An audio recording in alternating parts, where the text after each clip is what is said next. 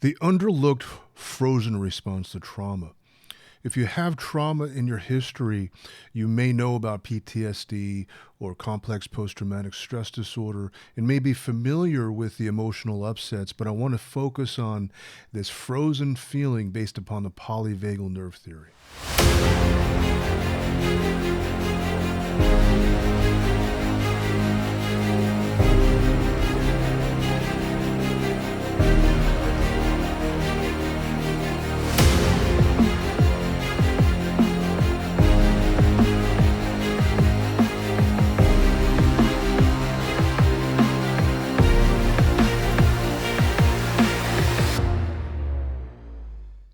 This is Dr. Spencer Coaches. Today, I'm going to talk to you about the frozen response to trauma and the polyvagal nerve theory.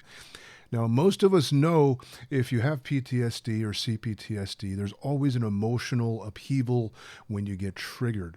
And why that happens is because getting triggered activates what's called a flight or fight response.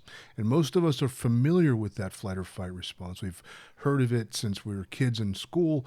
You know, when a tiger is chasing after you, you're either going to run or, if you're brave enough, fight the tiger. But it's basically a term that we're all familiar with. But there's also two more responses. That is the frozen response and the fawn response. The fawn response is being the people pleaser, kissing people's butts, basically to appease the abuser. The frozen response is when you feel trapped during the abuse. Say you were in a situation where you just couldn't leave. Say it's your parents who are abusing you physically, sexually, emotionally, psychologically, narcissistic abuse, anything of that nature. Or if you're in a circumstance where you're under trauma, like a car accident, or trapped somewhere and you couldn't move, you couldn't fight back, you couldn't run, well, then you get this frozen response where you just are there putting up with the trauma, and that carries through because the trauma can create such overwhelming feelings that you just shut down emotionally because it hurts too much to feel that way. The way the nervous system is hardwired, whenever you feel a threat, you're either going to run or you're going to face that threat. And that's taking action.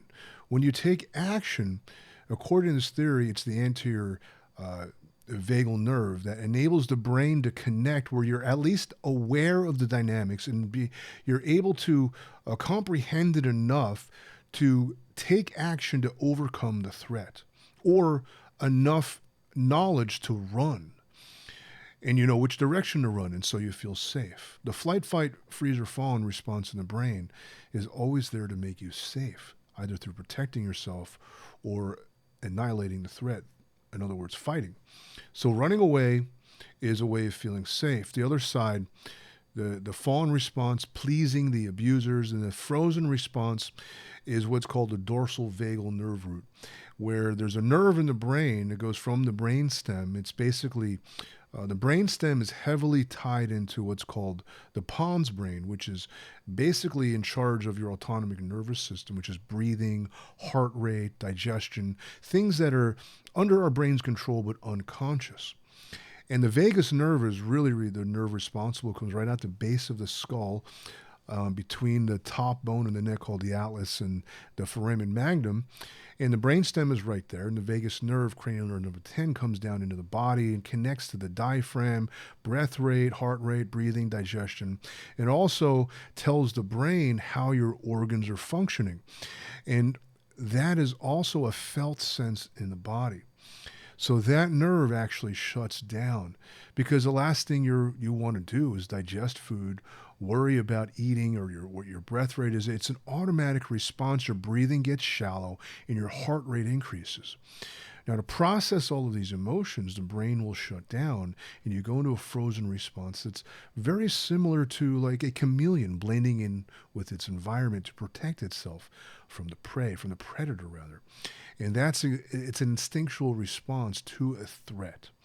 So when you blend in with your environment, in other words, you just do what everyone else is doing, you get a sense of safety because you don't want the attention.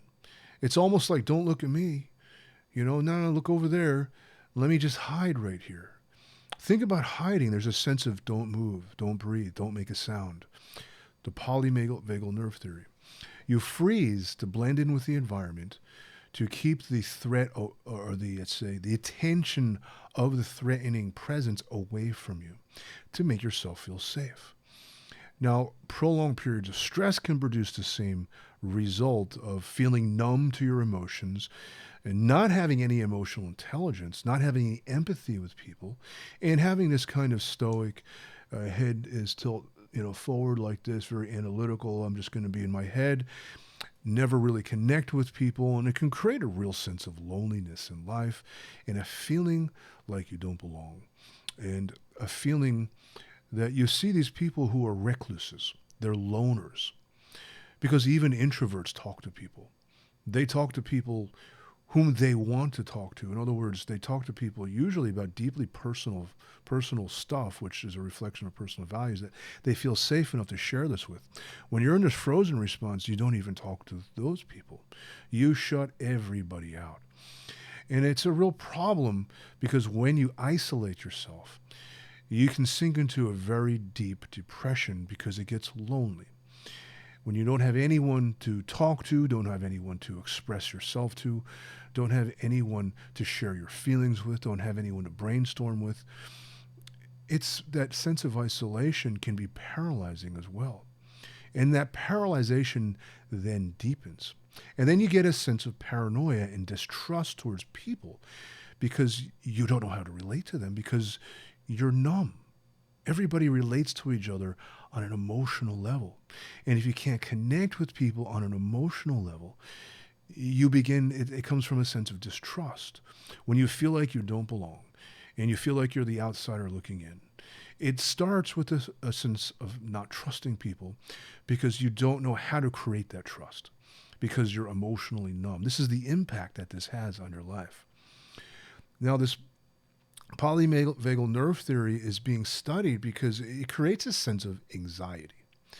And the anxiety, that constant, well, let me put it this way. There's a hypervigilance, meaning you're always on guard. And the opposite of that is just numbing out. Because even with the hypervigilance, which is very common in people with PTSD and CPTSD, the sense of constantly being on guard, at least your mind is comprehending signs of danger. These signs of danger is really that alertness is activated or part of the brain called the reticular activating system. It keeps you alert, that hypervigilance. Where the polyvagal nerve theory, everything shuts down and you're actually still scanning for danger, but you're hiding. So it's a very minimal scanning, meaning you're looking for cues that tell you if it's safe or if it's dangerous.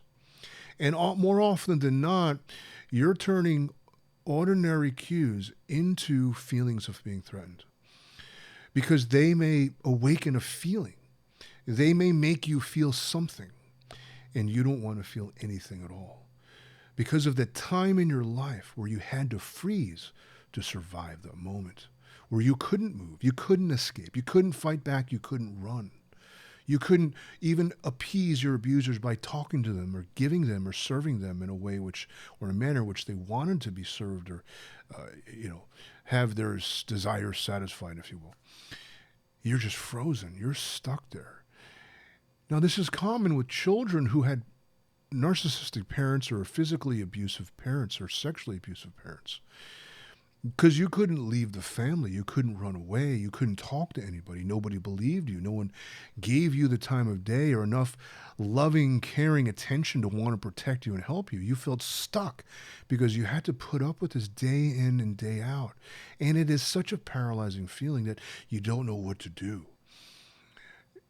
This usually results in that sense of loneliness, and eventually it either turns into depression or you get frustrated enough. You get sick and tired of feeling isolated that you do things for attention, trying to impress people, trying to go over the top with projects at work, so on, or become this character that you're not.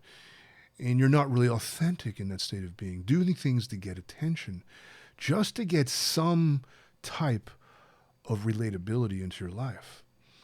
Doing things for attention, doing outrageous things, speaking out loud, blowing up on people, the things that come when you have CPTSD or PTSD, when you get triggered, you know what I'm talking about.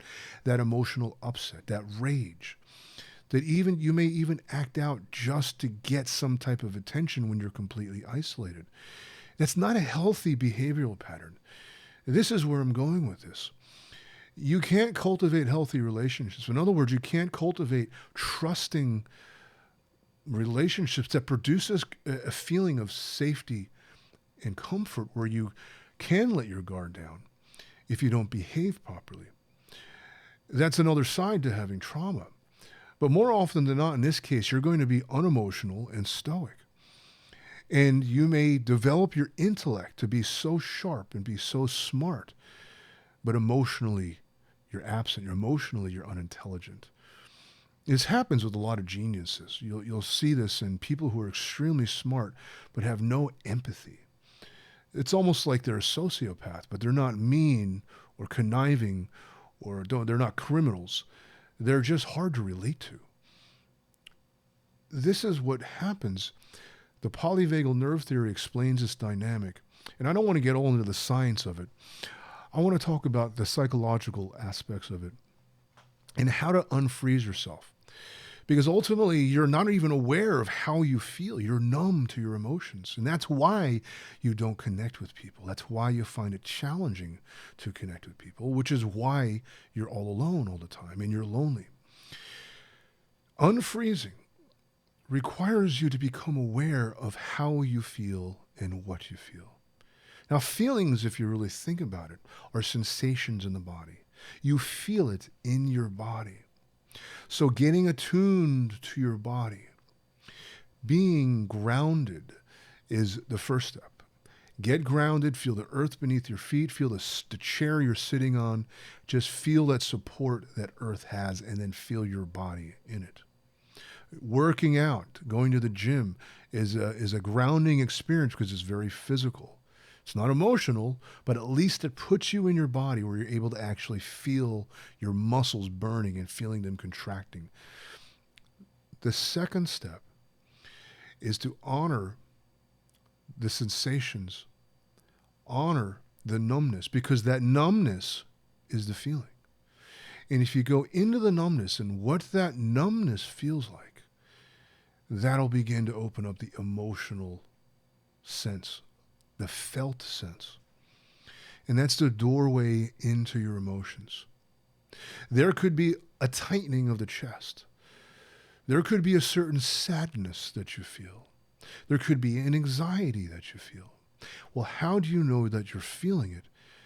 You just go into the actual felt sense, and that'll begin to open up your feelings. Now, there's a deeper level, is the vulnerability.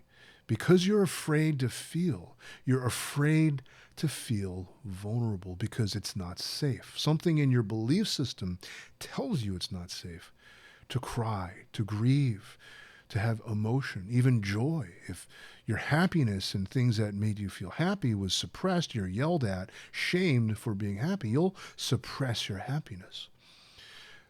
Find out what makes you feel joy, what makes you feel happy. And allow yourself to feel that joy, for even if it's just for a fleeting moment, even if it's just a very shallow feeling, you begin to feel. Having someone to talk to, listening to other people's stories, their challenges, their trials and tribulations, is often inspiring enough to begin to, wow, that's what I went through. In other words, when you hear other people's struggles that you can relate to, and you hear how they overcame them, it will move your heart.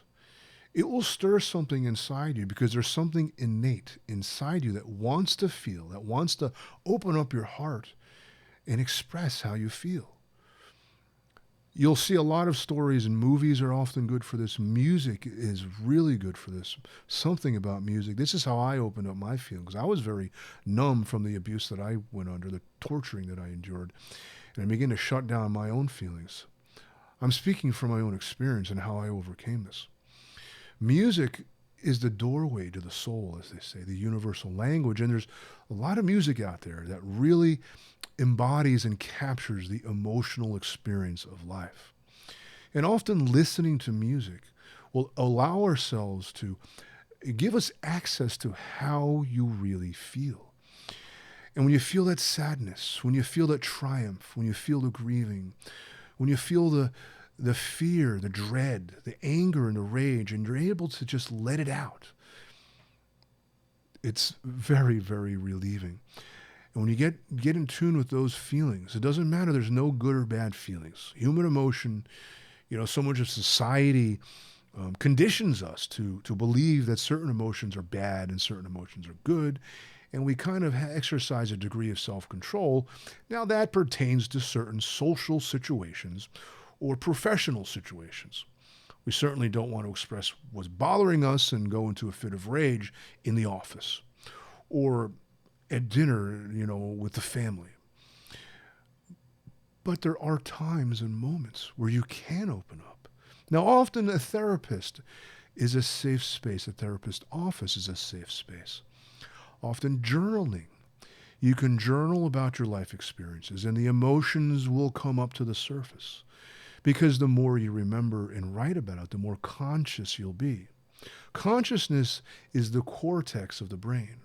And when you're able to connect the cortex, which is the higher functioning part of our awareness and our state of being, where the vagus nerve and the pons is really unconscious, primal emotions, the reptilian brain. And then we have the limbic brain, which is really our emotional self. And that's where the flight or fight response is. And then the cortex. So the cortex's job is to govern all of this. So you don't feel overwhelmed. So your emotions don't get the best of you. However, during this frozen response, that it really disconnects you from your cortex. The cortical pathways to the brain get inhibited and your autonomous nervous system starts to shut down. And that's when you become numb. So becoming conscious of how you feel by journaling, through music, through movement and motion, is how you begin to awaken your feelings so you can get in tune with how you feel, or even a therapist office as well. This is how you unfreeze. Now, there are some techniques that help stimulate the vagal nerve, which involves various stretches of your neck. Yoga is really good for this. Anything that creates movement in your spine and your neck to unfreeze those frozen feelings is you can access the vagus nerve by stimulating it, because that connects to the internal organs, the autonomic nervous system. To relax them, you want to bring a sense of relaxation back into the system. That frozen feeling was created by an overwhelming feeling, which is, we'll just call it stress. There's so much stress in the nervous system that it just shuts down. And when you're able to access those emotions, it awakens everything up. Because the brainstem and bodily function are very closely tied, that gets shut down. So to awaken that by stretching your neck, doing even twists that are in yoga, you twist back and forth, or even stretching your neck, twisting it, turning it. Because in your spine, there's something called mechanoreceptors. And those mechanoreceptors stimulate the brain and help awaken neural activity. In fact, 90% of the energy of the brain comes from the motion of the spine, according to Roger Sperry, winner of the 1981 Nobel Prize of Physiology and Medicine. So by moving the spine, it'll stimulate neural activity and stimulate cortical function. So yoga, qigong, even running, things of that nature is going to activate cortical activity, conscious breathing. Now, another one is Buddhist meditation. There is yoga. Yes, I mentioned yoga, and the goal of yoga is to prepare you for sitting meditation, but you're going to find that in paths of yoga, they teach you to suppress your emotions, and that's different than the Buddhist practice of meditation, which involves letting emotions arise on their own. And when you sit just watching your breath, you literally just sit with your own mind. And your brain will become more and more conscious, because you're conscious of breathing, which is the cortex and the autonomic nervous system. The autonomic nervous system is unconscious. And when you begin to become conscious of your breath, you make the autonomic nervous system more conscious, which is what the vagus nerve is connected to. And your emotions are deep down inside of your unconscious mind. So you want to awaken them to gain access to those emotions. And they will arise naturally during the course of meditation. And instead of blocking them out, you just sit with them. And that's another way to become aware of how you really feel, to unfreeze those frozen feelings. Because if you don't have emotional intelligence, you're not going to be able to relate to other people very effectively and very well, to cultivate trust, to cultivate loyalty, to cultivate camaraderie, and to share in the laughter and joy, the feelings of trust and integrity, the feelings of empathy and understanding that comes at an emotional level.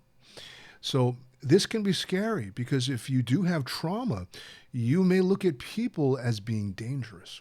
And if you see people as dangerous, this is really an irrational belief. You may need to unravel the belief system, the thought process, to gain access to the feelings. So even certain psychotherapy practices like cognitive behavioral therapy, rational emotional behavioral therapy, things like that, where you begin to examine your worldview and how you actually think. What are the rules of your thinking? What needs aren't being met? And how do you meet those needs of survival, of safety, of certainty, of growth, of belonging? How do you cultivate that and really express that and fulfill those needs in a healthy manner? In learning proper, or I should say, more healthy behavioral patterns and more healthy, workable belief systems, that's going to enable you to see the world differently rather than being afraid of the world, embracing the world, at least being confident enough to be able to want to relate to the world and have that sense of self-worth where you feel strong enough within and you value yourself enough that you can relate to people. Because when you're in that frozen state, it's very hard to relate to people. Your life becomes lonelier and lonelier and lonelier as you put yourself in isolation. You actually put yourself there. And at some level, you want to belong and reach out and connect to people, but it's so difficult because of the anxiety.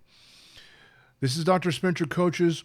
I am a certified life coach. I also have a degree in psychology. I am a doctor of chiropractic, and I have a lot of studying of the nervous system, have lived in a yoga center, studied with Baba Haridas, studied Zen Buddhism with Robert Jensen Kennedy Roshi, and also have gone through some life coaching courses myself and found them to be so transforming, almost more impactful and transforming than psychotherapy.